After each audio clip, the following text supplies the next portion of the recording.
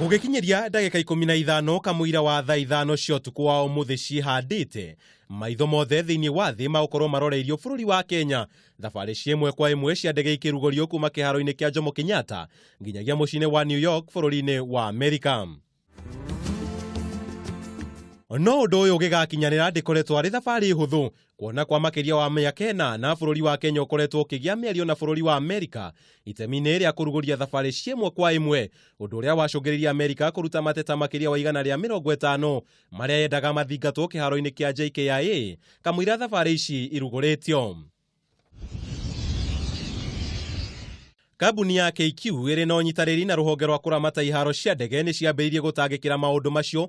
Undu wa mbere ari kwaramio gwa kiharo kia ndege kia Jomo Kenyatta gukinyiria ikiro cia kimabũrũri, kugacirithio kwa ugitiri kiharo-ini giki undu umwe na mathomo ma mainjinia ndege kwambatirio nginya ikiro-ini cia kimabũrũri.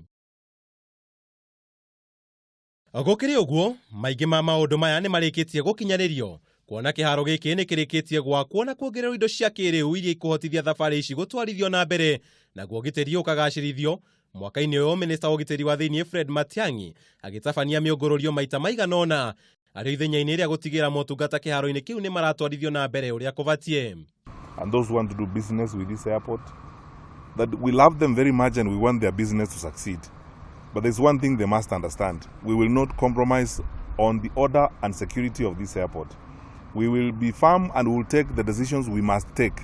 Ndege no muthemba wa Boeng 787 kumba kiharo-ini kia Jeff Kennedy agukorwo ari ndeto ya gukenerwo ni arimi gitaro-ini kia gatagati ka bururi makiria ria makuragia mahua na miciri amu thiini wa mathaa 15 indo ciao irikoragwo ikinyite thoko-ini irio njega gukiringithanio na thabari cia hau kabere kuria ndege iri irakuaga indo ici irageragira itaro-ini ingi noguo indo ciao igakinya inyihitie thogora ni kuhoha.